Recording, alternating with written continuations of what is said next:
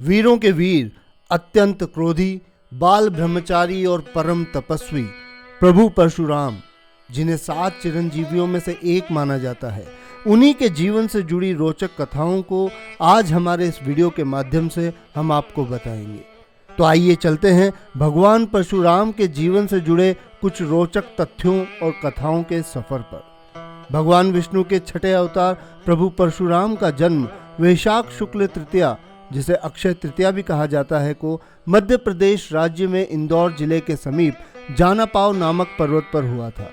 भगवान परशुराम में ब्राह्मण वंशी पिता ऋषि जमदाग्नि और क्षत्रिय वंशी माता रेणुका दोनों के ही गुण थे। कहने का तात्पर्य यह है कि वे शस्त्र और शास्त्र दोनों में ही पारंगत थे। विष्णु पुराण के अनुसार परशुराम जी का मूल नाम राम था, किंतु भगवान शिव से परशु नामक दिव्य अस्त्र प्राप्त करने के बाद इन्हें परशुराम नाम से जाना जाने लगा। परशुराम अपनी पितृ भक्ति के लिए जाने जाते हैं। पुराणों में कथा मिलती है कि अपने पिता की दी आज्ञा को पूरी करने के लिए एक बार परशुराम जी ने अपनी ही माता का सर धड़ से अलग कर दिया था। अपने पुत्र की पितृ भक्ति को देख परशुराम जी के पिता ऋषि जमदाग्नि ने प्रसन्न हो जब उनसे वरदान मांगने के लिए कहा, तो इस पर परशुराम जी ने उनसे अपनी माता रेणुका को फिर से जीवित कर उन्हें इस संपूर्ण वृत्तांत को भुला देने का वरदान मांगा था।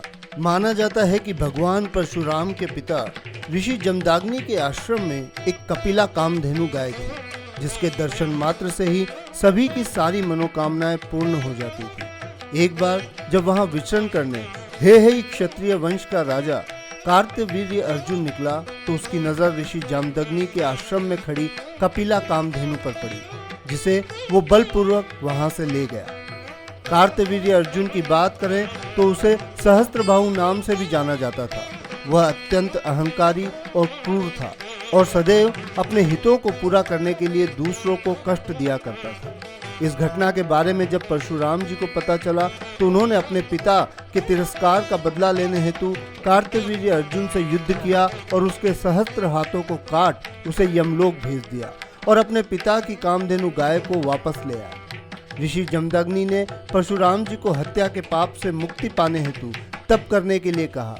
पिता की आज्ञा पा परशुराम जी तप करने वन की ओर चले गए। अब जब ये बात कार्तवीर्य अर्जुन के पुत्रों को पता चली, तो उन्होंने प्रतिशोधवश परशुराम जी की अनुपस्थिति में ऋषि जमदाग्नि की हत्या कर दी। जब परशुराम जी तप कर वन से लौटे, तो उनकी मां ने उन्हें पूरी घटना बताई और कहा कि पुत्र, तुम्हारे पिता की इन दुष्टों ने 21 बार वार कर हत्या की है। इतना कह विलाप करते हुए रेणुका ने भी अपनी देह को त्याग दिया। अपने माता पिता की मृत्यु से द्रवित और क्रोधित हो परशुराम जी ने हेहई क्षत्रिय वंश को 21 बार इस धरा से खत्म करने की प्रतिज्ञा ली थी। परशुराम जी ने सहस्त्रार्जुन, उसके पुत्र और उसके पौत्रों का वध किया। अब बंधुओं, इसमें यह बात जानना अति महत्वपूर्ण है कि भगवान परशुराम संपूर्ण क्षत्रिय वंश नहीं, अपितु उन्हीं राजाओं से बैर रखते थे जो अपने राजधर्म से विमुख हो इस धरा पर पाप कर्म और अत्याचार को बढ़ावा देते थे। परशुराम जी भगवान शिव के बहुत बड़े भक्त थे। एक बार जब वे कैलाश पर्वत पर भगवान शंकर के दर्शन करने पहुंचे, तो उनका सामना गणेश जी से हुआ, जो भगवान शिव की आज्ञा से द्वार पर खड़े थे। परशुराम जी ने भगवान शिव के दर्शन करने की अपनी इच्छा गणेश जी को बताई और अंदर जाने का प्रयास किया। तब गणेश जी ने उन्हें प्रवेश द्वार पर ही रोक दिया और कुछ समय पश्चात आने को कहा। ये सुन परशुराम जी ने अत्यधिक क्रोधित हो अपने फरसे से गणेश जी के एक दांत को तोड़ दिया था। तभी से गणेश जी को एक दंत नाम से जाना जाने लगा। त्रेता युग में सीता स्वयंवर के समय शिव धनुष भंग होने पर परशुराम जी क्रोधित हो मिथिला नगरी पहुंच गए थे। जहां पहुंच उन्होंने ये तक कह दिया था कि सुनहु राम जेहि शिव धनु तोड़ा, सहस बाहु समसो ऋतु मोरा।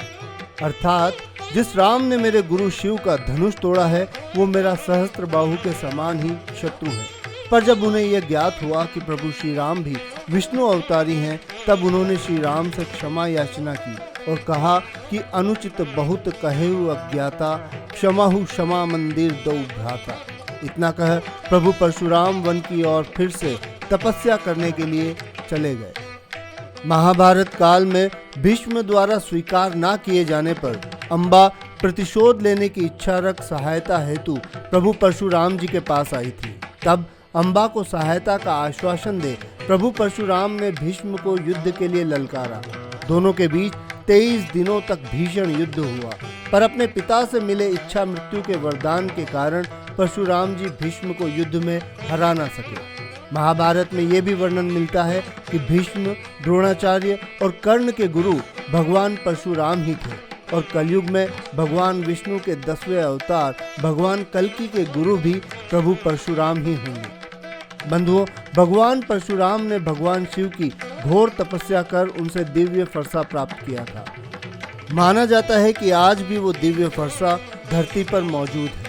निश्चित रूप से आप सबको ये सुनकर आश्चर्य हो रहा होगा, पर यह सत्य है। झारखंड राज्य की राजधानी रांची से करीब 150 किलोमीटर दूर गुमला जिले के टांगीनाथ धाम के मंदिर में आज भी धरती के अंदर भगवान परशुराम का वो फरसा गड़ा हुआ है, जिसे स्वयं परशुराम जी ने वहां गाड़ा था। भगवान परशुराम के इस स्थान पर आने को लेकर भी एक कथा प्रचलित है।